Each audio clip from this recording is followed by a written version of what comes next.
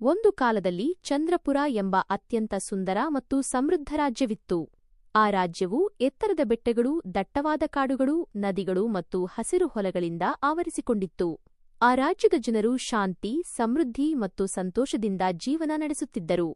ಈ ರಾಜ್ಯವನ್ನು ರಾಜ ವಿಕ್ರಮಾದಿತ್ಯ ಎಂಬ ಮಹಾನ್ ರಾಜನು ಆಡಳಿತ ಮಾಡುತ್ತಿದ್ದನು. ರಾಜ ವಿಕ್ರಮಾದಿತ್ಯನು ಬಹಳ ಜ್ಞಾನಿ, ಧೈರ್ಯಶಾಲಿ ಮತ್ತು ದಯಾಳು ವ್ಯಕ್ತಿಯಾಗಿದ್ದನು. ಅವನು ತನ್ನ ಪ್ರಜೆಗಳನ್ನು ತನ್ನ ಮಕ್ಕಳಂತೆ ಪ್ರೀತಿಸುತ್ತಿದ್ದನು. ಪ್ರತಿದಿನ ಬೆಳಿಗ್ಗೆ ರಾಜದರ್ಬಾರದಲ್ಲಿ ಕುಳಿತು ಜನರ ಸಮಸ್ಯೆಗಳನ್ನು ಕೇಳುತ್ತಿದ್ದನು. ಯಾವ ವ್ಯಕ್ತಿಯೂ ಅನ್ಯಾಯಕ್ಕೆ ಒಳಗಾದರೂ ರಾಜನು ತಕ್ಷಣವೇ ನ್ಯಾಯ ಒದಗಿಸುತ್ತಿದ್ದನು. ಒಂದು ವರ್ಷ ರಾಜ್ಯದಲ್ಲಿ ಭಾರೀ ಬರ ಬಂತು. ಮಳೆಯಿಲ್ಲದೆ ಹೊಲಗಳು ಒಣಗಿದವು, ನದಿಗಳು ಒಣಗಿದವು. ರೈತರು ಸಂಕಷ್ಟಕ್ಕೆ ಸಿಲುಕಿದರು. ಆಹಾರದ ಕೊರತೆ ಉಂಟಾಯಿತು. ಜನರು ಕಷ್ಟಪಡುವ ಸ್ಥಿತಿ ನಿರ್ಮಾಣವಾಯಿತು. ಈ ಸುದ್ದಿ ಕೇಳಿದ ರಾಜನು ತುಂಬಾ ದುಃಖಪಟ್ಟನು. ಅವನು ತನ್ನ ಸಚಿವರನ್ನು ಕರೆದು ಸಲಹೆ ಕೇಳಿದನು. ಕೆಲವು ಸಚಿವರು ಬೇರೆ ರಾಜ್ಯಗಳಿಂದ ಧಾನ್ಯ ತರೋಣ ಎಂದರು. ಆದರೆ ರಾಜನು ಯೋಚಿಸಿ, ನಾವು ನಮ್ಮ ಸಮಸ್ಯೆಗೆ ನಮ್ಮದೇ ಪರಿಹಾರ ಕಂಡುಕೊಳ್ಳಬೇಕು ಎಂದು ನಿರ್ಧರಿಸಿದನು. ರಾಜನು ವೇಷ ಬದಲಿಸಿಕೊಂಡು ಸಾಮಾನ್ಯ ವ್ಯಕ್ತಿಯಂತೆ ಗ್ರಾಮಗಳಿಗೆ ಭೇಟಿ ನೀಡಲು ಪ್ರಾರಂಭಿಸಿದನು. ಅವನು ಜನರ ಜೊತೆ ಮಾತನಾಡಿ ಅವರ ಸಮಸ್ಯೆಗಳನ್ನು ತಿಳಿದುಕೊಂಡನು. ಒಂದು ಗ್ರಾಮದಲ್ಲಿ ವೃದ್ಧ ರೈತನೊಬ್ಬ ಹೇಳಿದನು, ಸ್ವಾಮಿ, ಇಲ್ಲಿ ಹಿಂದೆ ಒಂದು ದೊಡ್ಡ ಕೆರೆಯಿತ್ತು. ಆದರೆ ಈಗ ಅದು ಮಣ್ಣಿನಿಂದ ತುಂಬಿದೆ. ರಾಜನಿಗೆ ಒಂದು ಮಹತ್ವದ ಆಲೋಚನೆ ಬಂದಿತು. ಅವನು ರಾಜ್ಯದ ಎಲ್ಲ ಹಳೆಯ ಕೆರೆಗಳು ಮತ್ತು ಕಾಲುವೆಗಳನ್ನು ಪುನರ್ನಿರ್ಮಿಸಲು ಆದೇಶಿಸಿದನು. ಸಾವಿರಾರು ಕಾರ್ಮಿಕರು ಕೆಲಸಕ್ಕೆ ಸೇರಿದರು. ಹಲವಾರು ದಿನಗಳ ಶ್ರಮದ ನಂತರ ಕೆರೆಗಳು ಮತ್ತೆ ನಿರ್ಮಿಸಲ್ಪಟ್ಟವು. ಕೆಲವು ವಾರಗಳ ನಂತರ ಮಳೆ ಬಂದು ಕೆರೆಗಳು ನೀರಿನಿಂದ ತುಂಬಿದವು.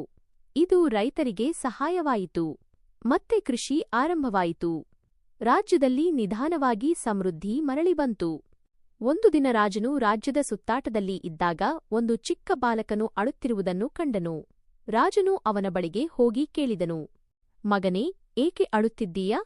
ಬಾಲಕನು ಹೇಳಿದನು, ನನ್ನ ತಂದೆ ರೋಗಿಯಾಗಿದ್ದಾರೆ. ನಮಗೆ ಔಷಧಿ ಖರೀದಿಸಲು ಹಣವಿಲ್ಲ. ರಾಜನು ತಕ್ಷಣವೇ ವೈದ್ಯರನ್ನು ಕರೆಸಿ ಚಿಕಿತ್ಸೆ ನೀಡಿಸಿದನು. ಜೊತೆಗೆ ಆ ಕುಟುಂಬಕ್ಕೆ ಸಹಾಯ ನೀಡಿದನು. ಬಾಲಕನ ಮುಖದಲ್ಲಿ ಸಂತೋಷ ಮೂಡಿತು. ಈ ಘಟನೆ ರಾಜನಿಗೆ ಒಂದು ಪಾಠ ಕಲಿಸಿತು. ರಾಜ್ಯದ ಅಭಿವೃದ್ಧಿಗೆ ದೊಡ್ಡ ಯೋಜನೆಗಳಷ್ಟೇ ಅಲ್ಲ, ಸಣ್ಣ ಸಹಾಯಗಳು ಮುಖ್ಯ.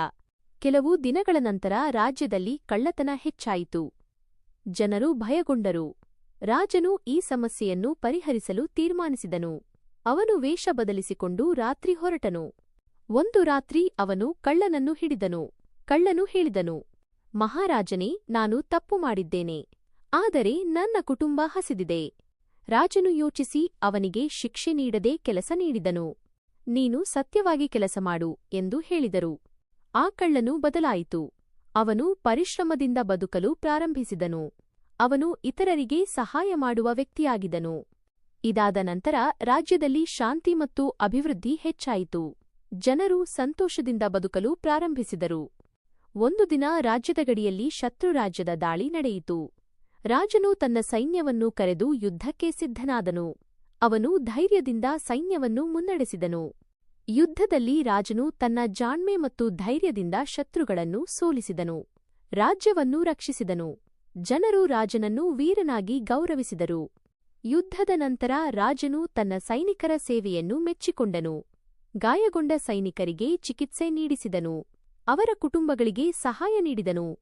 ರಾಜ ವಿಕ್ರಮಾದಿತ್ಯನು ಸದಾ ತನ್ನ ಪ್ರಜೆಗಳ ಕಲ್ಯಾಣಕ್ಕಾಗಿ ಕೆಲಸ ಮಾಡುತ್ತಿದ್ದನು. ಅವನ ಆಡಳಿತದಲ್ಲಿ ಶಿಕ್ಷಣ, ಕೃಷಿ, ವ್ಯಾಪಾರ ಎಲ್ಲವೂ ಅಭಿವೃದ್ಧಿಯತ್ತ ಸಾಗಿದವು. ರಾಜನು ಶಾಲೆಗಳನ್ನು ನಿರ್ಮಿಸಿದನು. ಮಕ್ಕಳಿಗೆ ಶಿಕ್ಷಣ ಒದಗಿಸಿದನು. ರೈತರಿಗೆ ಉತ್ತಮ ಬೀಜಗಳು ಮತ್ತು ಸಾಧನಗಳನ್ನು ನೀಡಿದನು. ವ್ಯಾಪಾರಿಗಳಿಗೆ ಸಹಾಯ ನೀಡಿದನು. ಕಾಲಕ್ರಮೇಣ ಚಂದ್ರಪುರ ರಾಜ್ಯವು ಅತ್ಯಂತ ಸಮೃದ್ಧ ಮತ್ತು ಶಕ್ತಿಶಾಲಿ ರಾಜ್ಯವಾಯಿತು. ಇತರ ರಾಜ್ಯಗಳು ಇದನ್ನು ಮಾದರಿಯಾಗಿ ನೋಡಲು ಆರಂಭಿಸಿದವು. ರಾಜನು ವಯಸ್ಸಾದ ನಂತರ ತನ್ನ ಮಗನಿಗೆ ಉತ್ತಮ ಆಡಳಿತದ ಪಾಠಗಳನ್ನು ಕಲಿಸಿದನು. ಜನರ ಸೇವೆಯೇ ನಿಜವಾದ ಧರ್ಮ ಎಂದು ಹೇಳಿದರು. ಕೊನೆಯಲ್ಲಿ ರಾಜ ವಿಕ್ರಮಾದಿತ್ಯನು ತನ್ನ ಜೀವನವನ್ನು ಜನರ ಸೇವೆಗೆ ಅರ್ಪಿಸಿದ ಮಹಾನ್ ರಾಜನಾಗಿ ಉಳಿದನು. ಕಥೆ ಸಂಪೂರ್ಣವಾಗಿ ಮುಕ್ತಾಯಗೊಳ್ಳಿತು. ಮುಂದಿನ ಸೂಚನೆಯಲ್ಲಿ ಗಮನಿಸಿರಿ. ಇಂಥ ಸ್ಟೋರಿಗೆ ಈ ಚಾನೆಲ್ ಸಬ್ಸ್ಕ್ರೈಬ್ ಮಾಡಿ. Moral story in Kannada.